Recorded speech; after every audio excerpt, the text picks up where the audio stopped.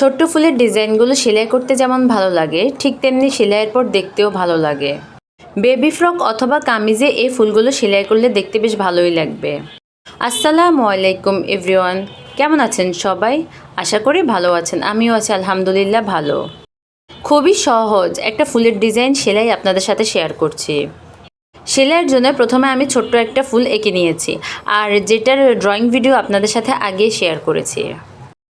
এই রকম ছোট্ট ফুলগুলো কামিজ অথবা বেবি ফ্রকে সেলাই করলে দেখতে বেশ ভালো লাগে।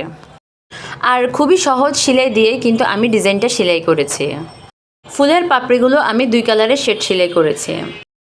অর্ধেক দিয়েছি গাঢ় গোলাপি এবং অর্ধেক হচ্ছে হালকা গোলাপি। আর পাপড়িগুলো আমি শাটিন স্টিচ দিয়ে সেলাই করেছি। এজন্য সুতা নিয়েছি লাচ্ছি সুতা 2 তার। প্রথমে উপরের অংশে গাঢ় গোলাপি সুতা দিয়েছি।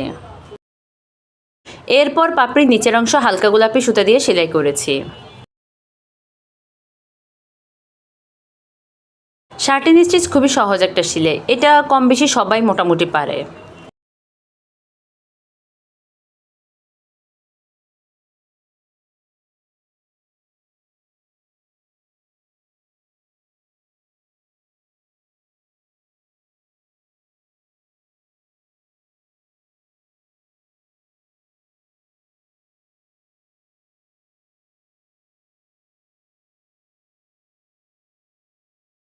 ফুলের পাপড়ি সেলাইয়ের পর ফুলের মধ্যখানে সেলাই করেছি, আর এখানে দিয়েছি ফ্রেঞ্চ নট স্টিচ। লাচ্ছি সুতা 2 তার নিয়ে এই ফ্রেঞ্চ নট দিয়েছি। ইচ্ছে করলে 3টা সুতা দিয়েও এই ফ্রেঞ্চ নট দেওয়া যেত। 3 তার অথবা 4 তার সুতা নিয়ে ফ্রেঞ্চ নট দিলে দেখতে বড় লাগে। যেহেতু এখানে ছোট ফুল তাই 2 তার নিয়েছি।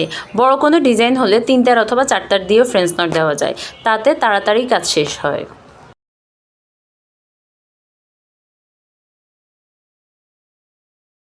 এরপরে পাতা সেলাই করেছি। ফিশবোন স্টিচ দিয়ে পাতা সেলাই করেছি। এখানেও লাচ্ছি সুতা 2 তার নিয়েছি পাতা সেলাইয়ের জন্যে।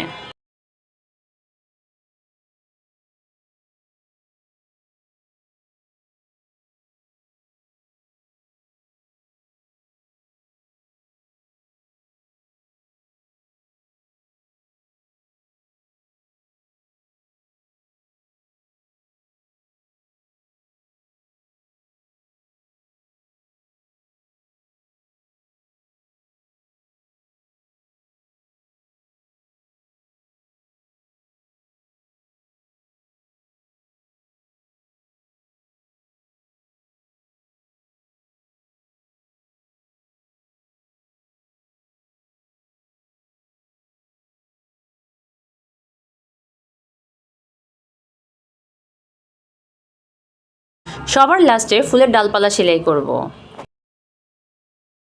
ডালপালাও আমি খুবই সহজভাবে সেলাই করেছি। প্রথমে ডালের এক মাথায় সুতা তুলে অন্য মাথা দিয়ে সুতা নিচে নামিয়ে নিয়েছি।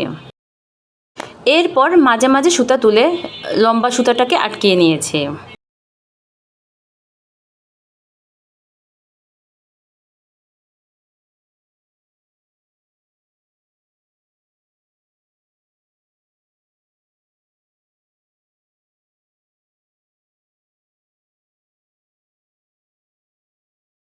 ডালপালা সেলাইয়ের পর আমি পাতার শিরাগুলো সেলাই করব। পাতার শিরা উপশিরাগুলো সেলাই করলেই আমার ডিজাইনটি সেলাই কমপ্লিট।